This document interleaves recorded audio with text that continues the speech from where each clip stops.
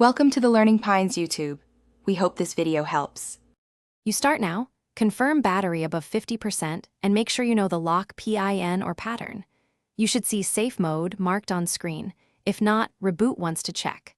Once done, press and hold the power key until the power menu appears, then tap and hold Power Off until the Restart in Safe Mode prompt shows. You do this to tell the system you want a normal boot. It disables third-party interference for the next steps. You now proceed. Choose Restart to exit Safe Mode and let the phone reboot normally. This usually clears the state. If Safe Mode persists after reboot, power off, then boot into recovery by holding volume down plus power until the logo, then clear cache partition. This removes transient issues without erasing data.